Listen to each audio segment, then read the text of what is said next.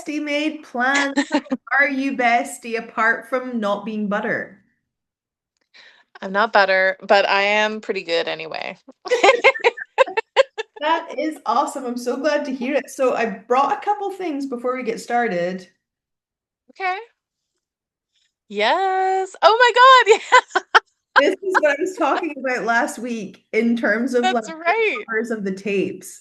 And it was always Yeah, like, it followed around the back. Like it was so well done. naturally. And then, Perfect. American top 40.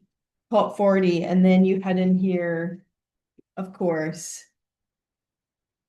Good Yes. life, as if I would never see you ever again. I know. Well, I guess we didn't. I guess the truth is we never knew, and we still don't. We I still, am also gathering, I'm also compiling many excellent things here. oh, you are? Um, yes, including this rock star photo of you. Oh my God, Yeah, hilarious. What is it? this on the back.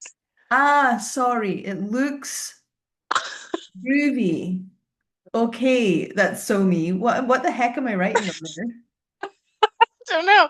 But I've got my box in front of me here and not, like a box of letters, not just my box, which of course I have. So Well, I'm glad to hear it. Yeah, you're I welcome. this is everything here. Like I went through my box of letters and I've been like having so much fun. It's been so nostalgic, but also like kind of emotional to like read back through the letters. Yeah. I don't know. Yeah. I think I need to. I've only like skimmed reading, but I need to like sit down and read. But it's also like I've got a bunch of shit in here, like from lots of people. So like I've got this old high school. I have to do this because it's on projector paper. And What?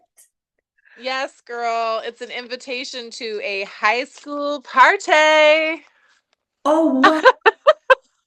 So where was it on projector paper? Was this like the thing? I guess so. Isn't that cool? That I is was, and then it's like it says down here, no admittance without invitation. And I cool. have to tell you, I don't remember giving my invitation or showing it to anybody. So, but I do.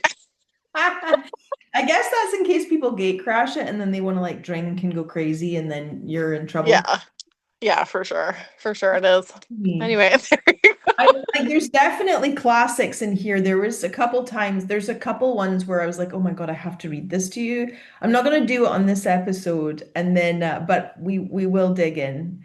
Okay, I so mean, good. well, with sensibleness, as you understand. Oh, Um, also, oh, what that's my life that I smile with teeth is my graduation photo, and it's like the one photo that just doesn't, it's not me. You go from like short black hair and me going, to you me, look very happy. You look happy, girl. You look clean and happy. I think I was like, thank, I won't say the word. Because I was like so glad that's over. It was brutal at the end. So yeah, we've got lots to dig into, but today we Yes. discuss the reason why our YouTube is called Bestie Made Plans. Because last week we were talking, our first episode, we were talking about how we met and how our friendship started and how long we've been friends, etc., etc. So Hmm. let's think back. Let's go back to, I don't know, let's say when we first met. If you had thought about yourself now, where did you think you would be at 40, 30, Six. whatever age we are? 46. Also, did you get your haircut? Super cute. I did get my haircut. Yep. Sorry, I It's a saw it little, on Marco and then I forgot to say on here. It's very cute. no, it's a little messy. Sorry. I basically I'm like, maybe I'll look back on these last two videos and be like, you could have made an effort. I basically just like came down the stairs. Listen, priorities are in place. So There you go. the only reason I look slightly a little bit more put together is You because, look great. well, thank you. That's because I was at Yeah. my niece's birthday today. It's her 15th birthday. Right. Happy birthday, Rai Rai. And so I want it to be a little bit because normally I just wear leggings and t-shirts and whatever. So Yeah. yeah, no, I love your hair. It's super cute. Thank you. Thank you. But It sorry, I is interrupted. Tell me more. no. What was I going to say? We were talking about where we thought we would be at 46. Um I have a vague memory of feeling like I would feel like wildly successful, like that I would that I would have made it and that I was likely old at this point and that I would be I think I probably didn't extend my vision as far as I think, mainly because you don't have a good concept of time when you're younger, I think. Do you know what I mean? Yeah, But I think I probably thought that I would be settled in a career. I think actually I wasn't so much a relationship girl, but I probably had it in the back of my head because it was sort of fed to us as normalcy. So I think I probably would have thought it would have been a part of it, but not like it was never a major part for me. So that part's not so weird.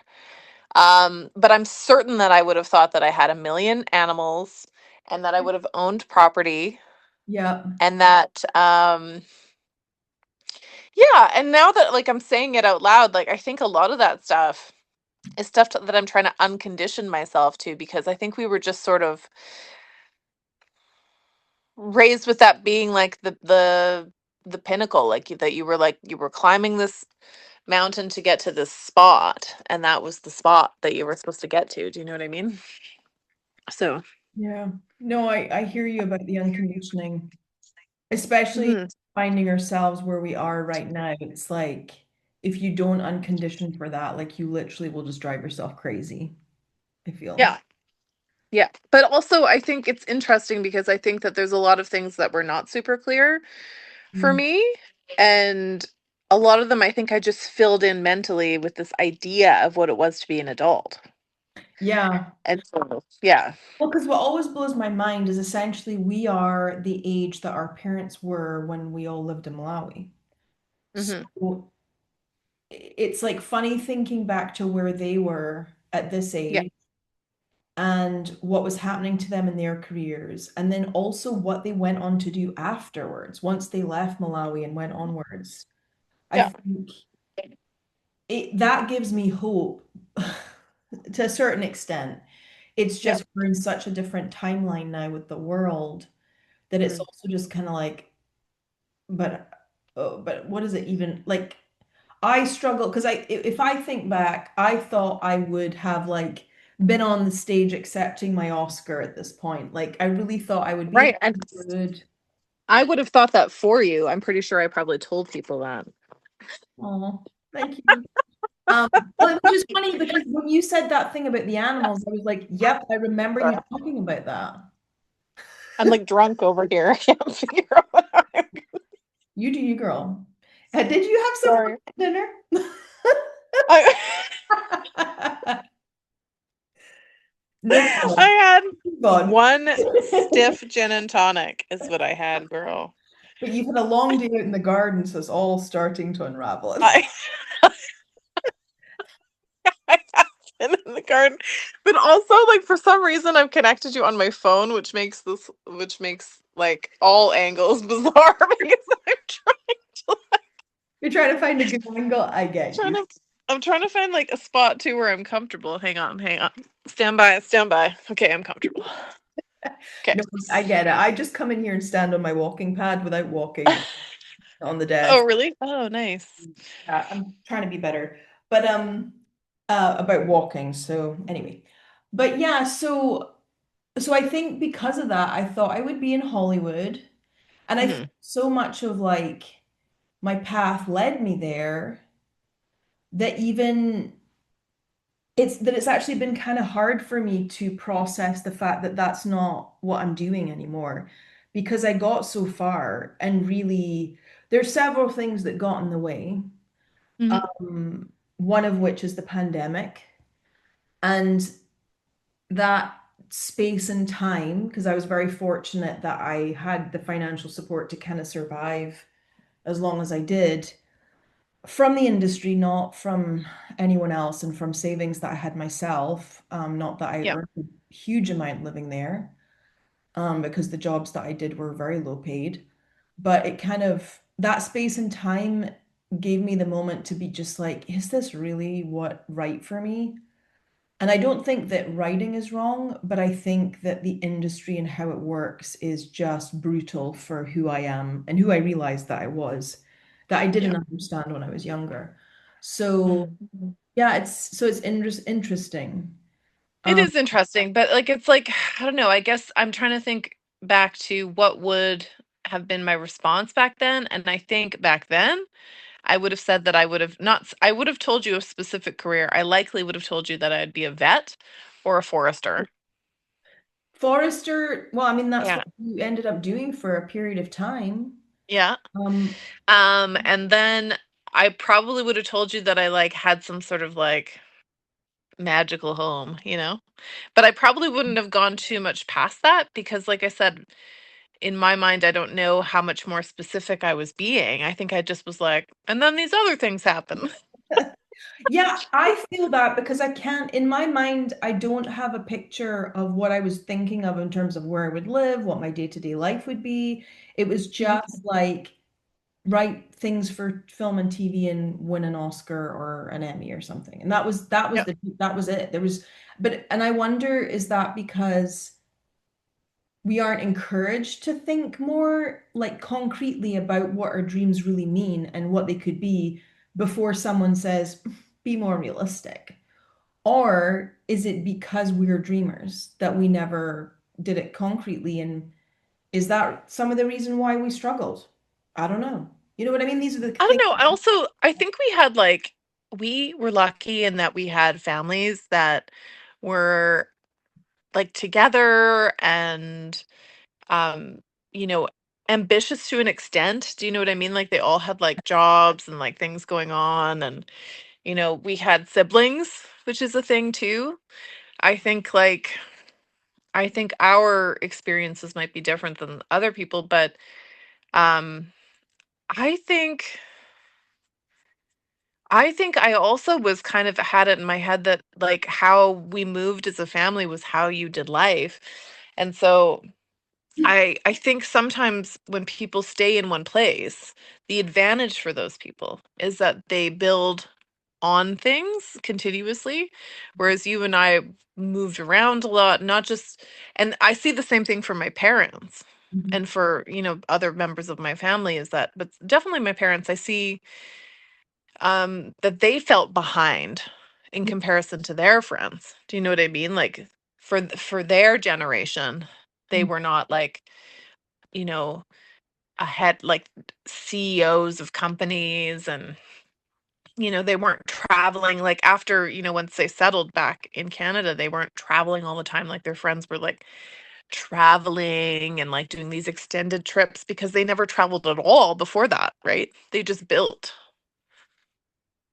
Yeah, And and I think yeah. we were shown a different way to be in the world, and I think it made our vision of our futures expanded and different. Yeah, and I think like it's so interesting because so many people live their lives where they follow the more linear path, hopefully that takes you up the ladder.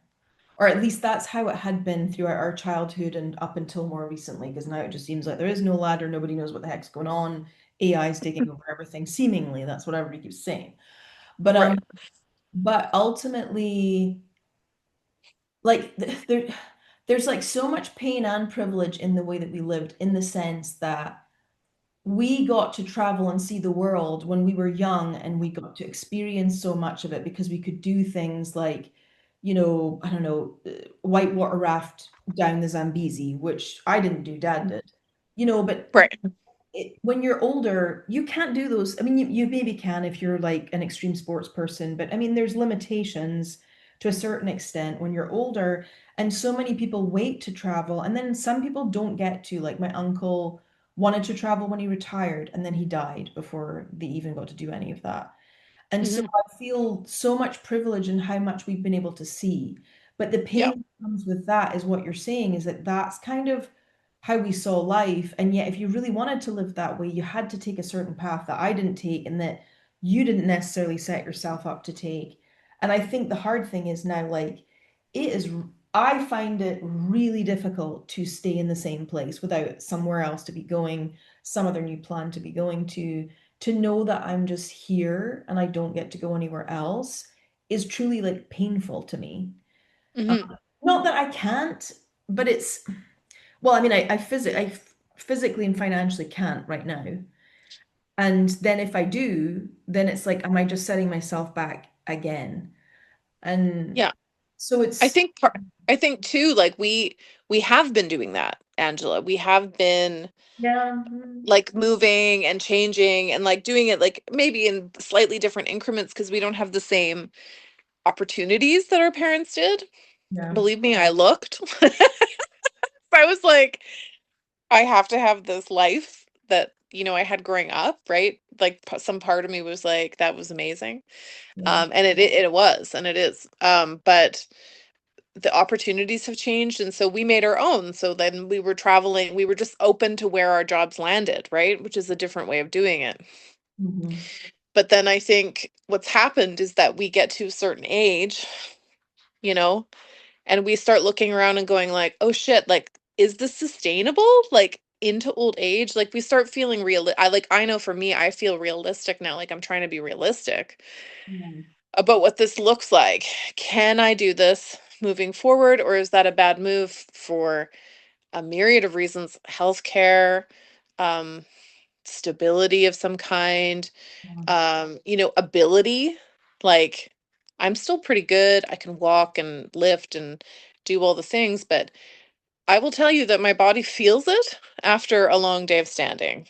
yeah, My body feels it after like walking or moving all day. Whereas I think before it wouldn't have mattered what the job was. I would have been like, yeah, I'm game. And now I approach jobs with a little list of things that I need before I accept it. Do you know what I mean? absolutely. Because that's kind of what's Which holding. shrinks our options. Yeah, because that's what's holding me back right now to a certain Mm. extent. I think I'm still trying to live how I did in my 30s, where I could get scrappy and just kind of take stuff to like make the money and get where I needed to go. And because of all the health problems that I've been having to do with me being somebody who suffers from PMDD, which is premenstrual dysphoric disorder, although I think I actually have premenstrual, oh, it's PME, exacerbated, I can't remember what it's called, but it's to do with having other conditions that are exacerbated by having PMDD. And then because I'm having such a brutal experience of perimenopause because I'm neurodivergent and I have PMDD, it's like I don't have the ability to do the scrappy thing anymore. And that limits how much you can work. So then when you find yourself in a difficult situation, kind of like where I am now, it makes it so much harder to know how to move forward and how to get out of difficult situations like right now. And it's, yeah, it's really hard because you don't want to limit yourself because you're like, I'm only in my 40s, I shouldn't have to limit myself. But Yeah. you've got to be realistic because you can see the wear and tear that's happened already and that will Hmm. continue if you just keep pushing, pushing, pushing, pushing. Yeah. My body literally tells me I can't anymore. It literally, Yeah. I have meltdowns. Like, I think I've Yeah. had 3 meltdowns since I last messaged you. And I also think we have to throw in sprinkle in another thing, which is I think that we had this in our head that this was sustainable somewhere in the back there. Mhm. But because of what was modeled for us, but what was also modeled was a partnership.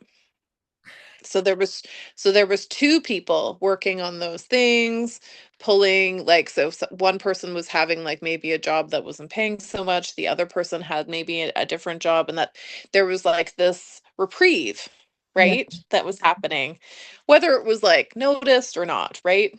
But there is a repeat there is, that's that gin tugging, girl. That's there is a reprieve when you have a part, like when you're in partnership. right. And we are, And we're sisters doing it for ourselves, you know? Yeah, and I know I've heard so many women talk about how like it's not possible to be the girl boss and come home and cook and clean. And I find that, especially being like ADHD, I do not have the executive function now in perimenopause to take care of myself. And I say this sometimes on socials, like it reminds me of when I used to come off of a film shoot or a TV show that I'd been on for months, and it's like because you're there so long, like your hours are minimum 12 hours unless you work in Europe, and then it's maybe 10 or whatever. Good for them. But I wish that we'd had that. But you would come home and it was like the show would be over and you'd be like, what do I eat? What do I like to eat? What do I like to cook? How do I cook? What do I like to do with my time when I'm not working? And I'm still trying to figure out that because I had to give up so many hobbies, so many interests to be singularly focused. And because I just had to spend so much time at work, that it's like Mhm. I find that I'm like a shell of a person now and trying to figure out how to make life work as you're figuring out who you are again. It's a lot. It's a lot at once. Mhm. Mhm. And the truth is, we have to say goodbye. Like, as each experience progresses, we have to say goodbye to old versions of ourselves. And there's these little mini griefs that happen in there too, right? Where we're like, I used to be, like, I've been thinking about it a lot, for even recently for myself. Like, I used to be good at parceling off time for myself. I used to be good at um like completing a day and feeling good about it, and like not feeling like I kind of shit the bed somewhere in there. Like, but I think we also have to allow for new versions of ourselves, which is sort of something I'm also working on, like what it sounds like you are too, where it's like, okay, well, that was my old self in a way, and it's still a part of me, but there's new things I have to incorporate and new expectations of myself, and that's hard because it does feel like these little deaths. Yeah. Petit mot. Oh, I shouldn't say that actually. That means something else, doesn't it? Doesn't that mean an orgasm? Yeah, well, sorry. That just sometimes it come out, and then I'm like, yeah, the meaning of that was different than Yeah. that you'll just have to get used to It's that. just like little orgasms. Exactly. That's exactly right.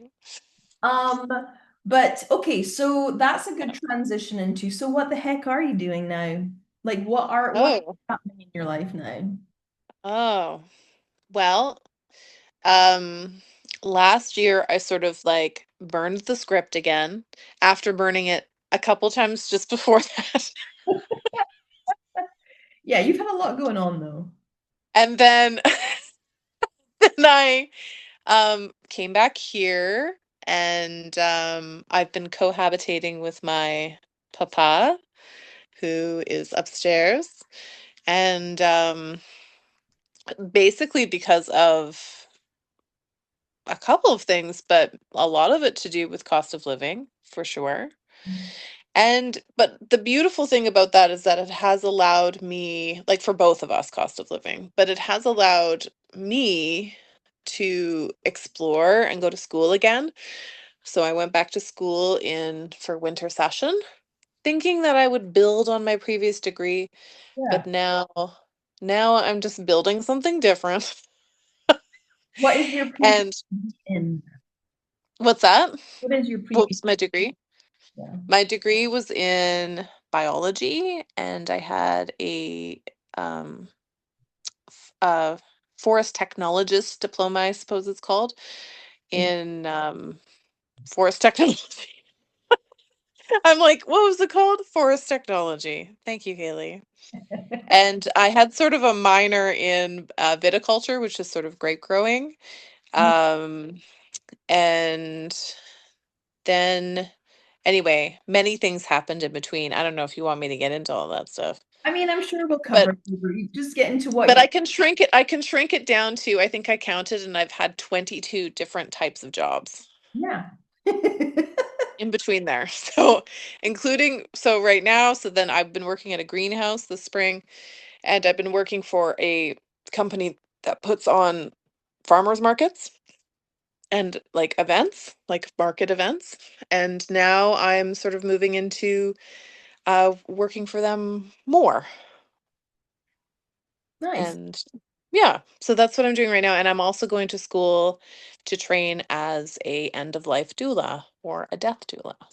which is very, very cool and something that I've definitely been curious about, but I decided it wasn't quite the right fit. So I'm excited to learn more about that experience as we go on. Yeah, Um, yeah, for sure. It's fun. And for yourself, what are you up to? well, after I left Hollywood, I had been doing copywriting, on and off, but never really super seriously, but decided that that was a good pivot with the help of a friend in Hollywood who was encouraging other people because she'd done something similar. Shout out to Christy Morgan, who she's on Substack and she's got an Instagram. She does helps people in the entertainment industry pivot into copywriting. And so I did that and I ended up working for a company which was freaking awful, doing copywriting and basically just learned again that the corporate world is very tough on me. I always get brought in for my skills and my talent, but they don't actually want me to be able to do anything. And it was just a lot of like bullying and putting me down as if I didn't know what I was doing because they just didn't have the skills and experience that I did. And so a lot of like having to lower who I was in order to make them feel comfortable. Very male, very just not, it was a very fake environment where it was like, yeah, we're all here, we're a team. And it was not the truth. So that was really brutal. So I decided that I wanted to pivot more into freelancing so that I could be more discerning about who I collaborated with and work on projects that I find more interesting. But like all small business freelancers, no, it's difficult getting those clients. And so that's kind of where I am. I'm trying to I'm doing like warm and cold outreach, trying to find clients. But in the meantime, let's be real, I have to make money because I got myself into some financial difficulty. And so I am doing Uber Eats and Instacart, but it's been a really weird time with that. I don't haven't I kind of go up and down with it. And I've tried applying for other jobs. I've tried other jobs that are like, I'm similar. I've done like so many different jobs. It's insane. Um,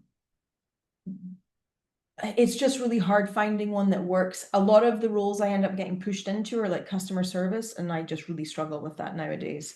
I don't have the emotional bandwidth now in perimenopause to be like, hi, how are you? How are you? How are you? It just doesn't work. And then also burning out from being neurodivergent. My body almost tells me like you're not doing this anymore. So it's been a real struggle. I just like this last couple of days, I've been having a really hard time with it all, and I just applied to a bunch of different stuff to see what comes up.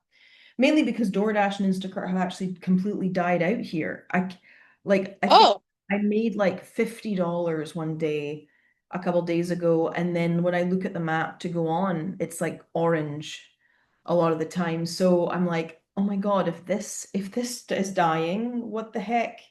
And it's been like they'll pay you $2 to go like 25 miles to deliver food to someone. I'm not gonna do that.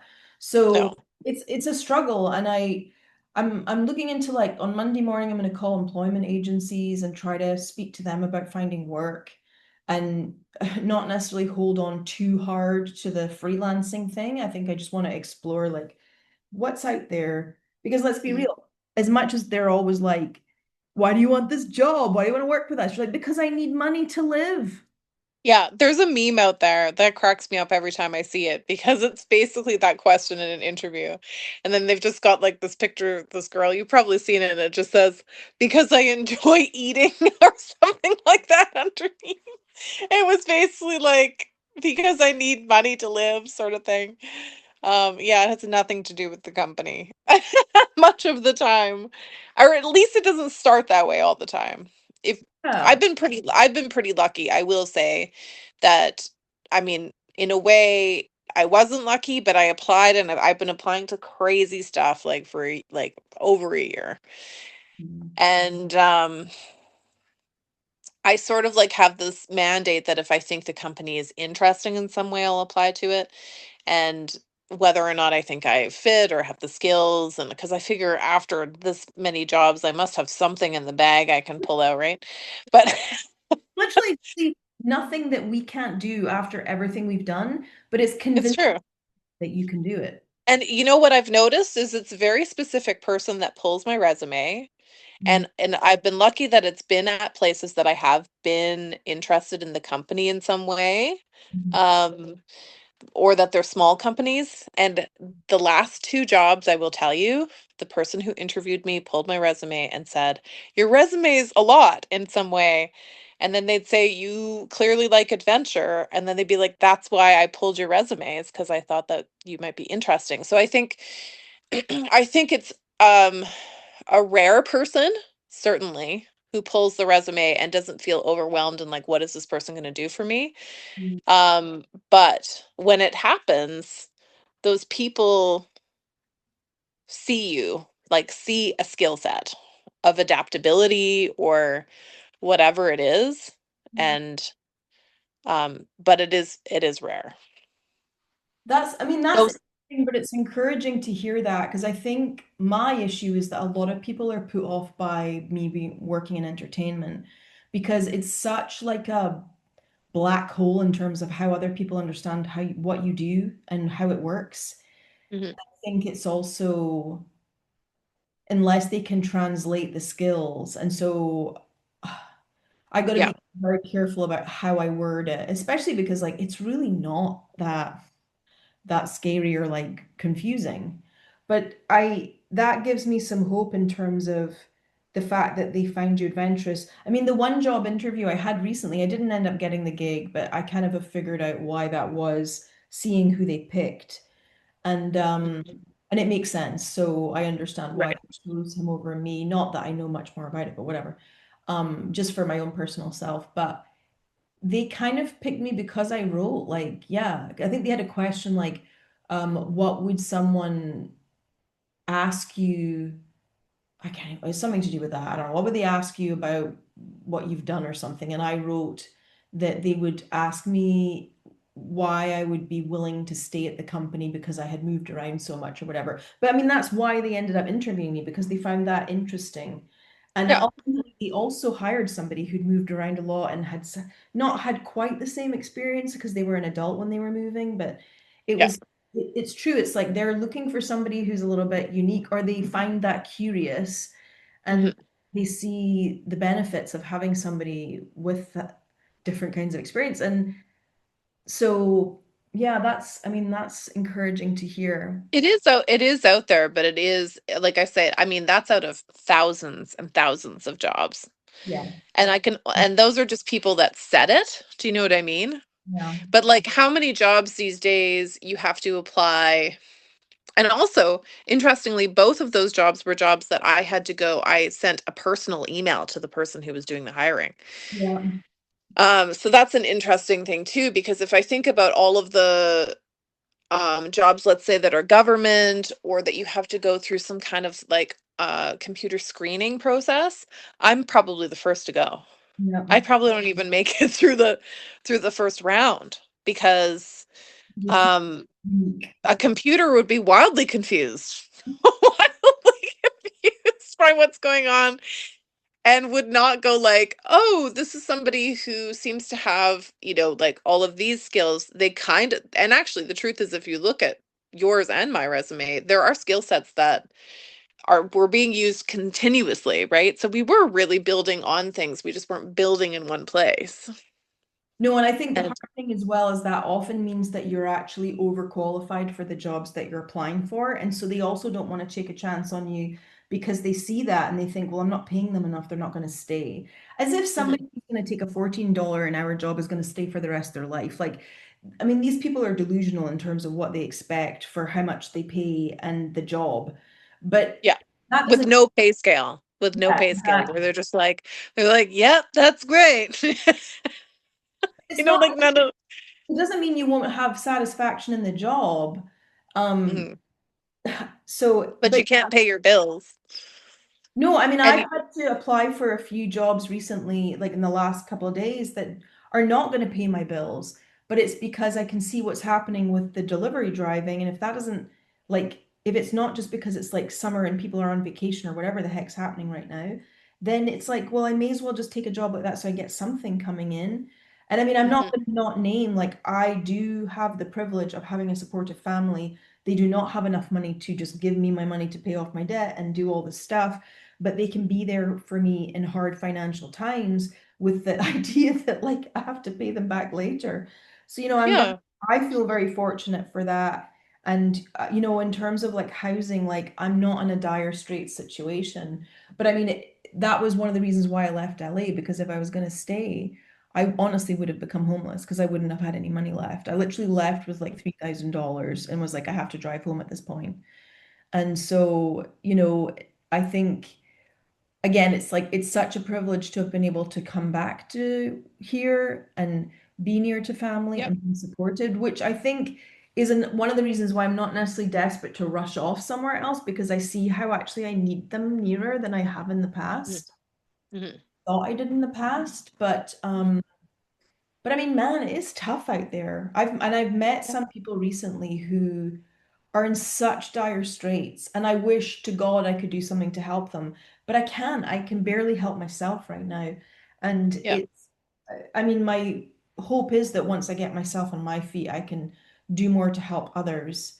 Not that I won't try to help right now, but there's a limit to what you can do. And so, Yeah.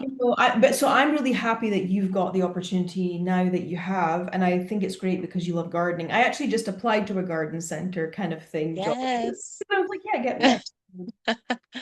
You But know. honestly, it's jobs like that. And I will tell you, actually, at the garden center, there's a lot of people that do not socialize, are not good with people, and are find themselves exhausted and or find themselves exhausted by people. And so I think that there's positions at places like that where you can kind of, That's what I need. um, yeah, would be great for you, I think, for sure. But I think it's just like it's unfortunate because I mean, we started this conversation talking about like where we thought we would be. And I think it's right now, it's just like a whole lot of like really kind of changing not just where I thought I would be, but who I am right now. Like just sort of really getting perspective on what are my skill sets and um kind of leaning into them in Yes. a way, Mhm. and really acknowledging that where I am is not a failure, and if it is a failure, then it's a Systemic. failure I'm yeah, that I'm growing from as well, that I'm sort of moving through, and that's okay. So to me, that's never, it feels like a failure, like in the grand scheme, I suppose, but while I'm in it, I don't feel like I'm failing. I feel like what I'm doing is picking up and moving forward. And I'm picking up and moving forward and acknowledging skill sets. I get very exhausted by people as well, but I've always been pulled in like you to customer service kind of roles, and often like the complaint department kind of customer service person, like the person where like a shitty person comes in and they're like, Haley's got this, right? Um, and I would never have put myself in that like as a young person, I would have been like, hell no, I didn't even like to speak in public. Like there was no assertiveness. No, like, you know what I mean? And so like this has been something that has been built up over time. And even though I for a long time was really rejecting those kinds of positions and thinking to myself I really wanted to be doing like anything else. Now I'm starting to realize that it's a it's a really big skill set actually to be able to deal with people and problems and talk to people with some sort of ease. And I'm noticing it more now, mainly because I think I never really, you don't like, you don't grow up thinking, oh, what are my skill sets? You think like, oh, I'm pretty good at handling difficult people problems. I'm good at calming somebody down. These are not things that you're told are a skill set. Do you know what I mean? Or I'm good at relating to people. That's not a skill set when we're kids, right? So what we hear is skill sets are math, uh Yeah. English, like like And then sports, like all of these types of things, which none of them I was particularly like bueno at. And so like it's interesting to find myself going like actually and looking around and going like what I'm offering is something people want. I just need to know how to sell it, I suppose. But it's actually just not where I thought I would be ever, No, ever. I wouldn't have gone, she's going to be dealing with complaints. Like, and yet you are so good at it. I can see why you're so good at it. That's not to say that it's something that you want to be doing though. And I think No. I can relate to that as I'm always getting, because I think it also is about our upbringing that we can basically camouflage, chameleon ourselves into situations and talk with people, hear you. Yes, I understand your perspective. I'm not necessarily agreeing with it, but it's like, okay, yeah, I hear you. And how do we figure out how to make this work? Because we had to do that to survive in the Mhm. sense of being foreigners in the places that Yeah. we lived, that we had to live daily. So I again, it's like we've kind of been trained in stuff, like you're saying, that we didn't even recognize were skills that were needed. But the problem is Mhm. it really buttonhole us into certain jobs that at this point in our life we're not necessarily great at doing. Because my issue is that Yeah. well, I've said this many times before already, but perimenopause and me just cannot cope with that level of customer service anymore. I mean, there's certain extents that I can, but I need periods in between. I can't be like nonstop customers, customers, customers. I just can't do it anymore. So, Yeah. um, I yeah, can do it, but I need days off. That yeah, and this we've talked about yeah. preview like in private conversation is that it's essential for me now. I can't I can work a very long day and I can deal with all those people, but you better believe towards the end of the day my container she's empty. And so and so like that's when you start to see loopy Haley or snippy Haley. And you know what? You better hope you get loopy Haley because she's way more fun. She is. That Um, that's the one yeah, that's the one gin a day kind of Haley. That's the one you need to know. many stories about Snippy Haley, and I'm really glad it wasn't me on the other end of those stories. Um, I mean, I think like that makes total sense though, and this is where it just seems like the work culture nowadays is just push you to the brink for any kind of profit that we can make out of you. And it's like no Yeah. wonder we're all freaking burned out and like hate our work because there's no concept of being a human. And now we're just getting pushed into AI madness where it's like, you know, ultimately they're the ideal workers, even though that's not even something that they can really do at this point because they never lose their cool or um but it's just a sad state of affairs. I would just wish I think there would be so much more tolerance amongst other people if we all just understood like none of us can cope with this breakneck pace that we're being forced into by capitalism, as we're all basically breaking around the system. But that's me getting really deep into it now. But I do want to come back to say, like, I really appreciate you saying that about how you're viewing your skill sets differently now, because I think that's something that I'm struggling with. And I don't know if it's like the neurodivergent part of my brain, but I feel blank when it comes to my skills. And my mom, I did speak to my mom about this, and she said, after periods of long unemployment, because I basically last year I burned out completely and could barely work. And I really have been struggling since then. I'm not as burned out as I was, but I'm definitely like, if you don't take care of yourself, you're gonna burn out. So, but after periods of unemployment, quote unquote, it's not like I got unemployment, but whatever. Yeah, yeah. I love a tangent, so just Right. but uh that it's like you do forget what skills you've got. You don't see what you can bring to the table, especially when you've been undervalued and put down at work for what you should be bringing. When you're And brought I felt like you haven't moved or like leveled up, so to speak, that you feel right. like you haven't like, yeah. And I think that is it kind of coming back again to what you had said. It's like that is the hard thing because we don't have this more linear because nobody's really linear anymore. Not like our grandparents' era, but Mhm. because we don't have like we stayed at this place for this amount of time. I think the problem is we are actually way lower on the job scale than we should be, especially because we actually do have all the skills, but because we didn't take a certain path, it's like people are like, ooh, but we don't have enough trust with you yet to put you in that high level position unless you're like a master at selling yourself. And I think I'm definitely not. I'm having to work on that and it's bloody hard. So Mhm. I love that you're taking this time though to like explore that. And I think school must definitely be helping with that. And then the fact that you're doing like death doula, and then there's other things that you've been doing that you've spoken about um with me in private that it's kind of what I have always loved about learning and wanting to take new courses, but it's still kind of a sign to me of how burned out I still am, is that I still want to do that stuff, but it's almost like I just can't take it in. I'm like at max capacity. And it just Mhm. leaves me feeling very, what do I have to offer? But yet Mhm. I know that I could walk into any number of jobs and it doesn't matter how little I know about it, except anything to do with math, because my brain and math don't work. And I could Yeah. just sit down and be like, right, tell me what to do, and I'll figure it out faster than most, and I'll get on with it.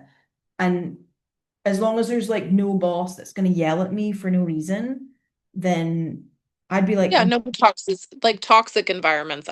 That's something I don't have patience for anymore. So, yeah, not at all. don't. No. Yeah. So, so yeah, so that's where we're at. So that's where we thought we would be, which is not where we are now. But at least we know we're not alone in this. And that means No. you, audience, whoever you are watching this, our second episode is probably like one person, like my mum and dad or something, your dad or something. That you're not alone in your struggles. And that's kind of why I came up with this idea of wanting to chat with my bestie about what's been going on, because I've been struggling to feel like it's not a personal failure of mine, that my life is such a mess. And I think that especially as midlife women, more women are talking more realistically about what they're really going through. And we will discuss that also. We haven't quite gotten into that yet. The perimenopause juice, which Ooh, I wish people it was love it. I wish it was more than it is. It can be fun at times, then other times it's just so freaking brutal. But I think anyway, we'll get into that later. So yeah, so this is why we're doing this podcast, whatever this is. And we just wanted to bring you along on the journey. And if you like what we're doing, hit that subscribe button, like, follow us on socials, and join the Grab a gin. conversation. Let us know what your dreams were, where you thought you would be now, where you are now. And, let's just show up and share and realize like we're all in it together and we're going to get through it together. And that's why we're here chatting with you. So, any last words? I can't believe I'm not butter. Um, yeah. We've all got a unique skill set. We just have to hone in what that is, and it's not what you think it is. That's what I would say. And keep trying. Yeah. And before we go, I want to do a reveal that's not like a plug. I'm not plugging this, so I'll kind of cover it. But does this bring back any nostalgic memories? I'm like, Does this bring back any nostalgic memories? I don't want to plug it because I don't want to get sued for like showing oh, items on. no, I'm not sure what it is. I'm failing. I'm failing a test. I'm failing a test. A skill set has Well, left we will me. talk about this. You're forgetting. It may be because it didn't have such significance to you when we were kids as it did to me. But we will bring it back in and we'll see if Haley remembers. Again, this is probably a bit perimenopause moment, so we'll let you off. Maybe. Well, thanks for Thanks so much. watching Bestie Made Plans, and we will see you next time. Bye. Sounds good. Love you. Bye. Bye. Love you. Bye.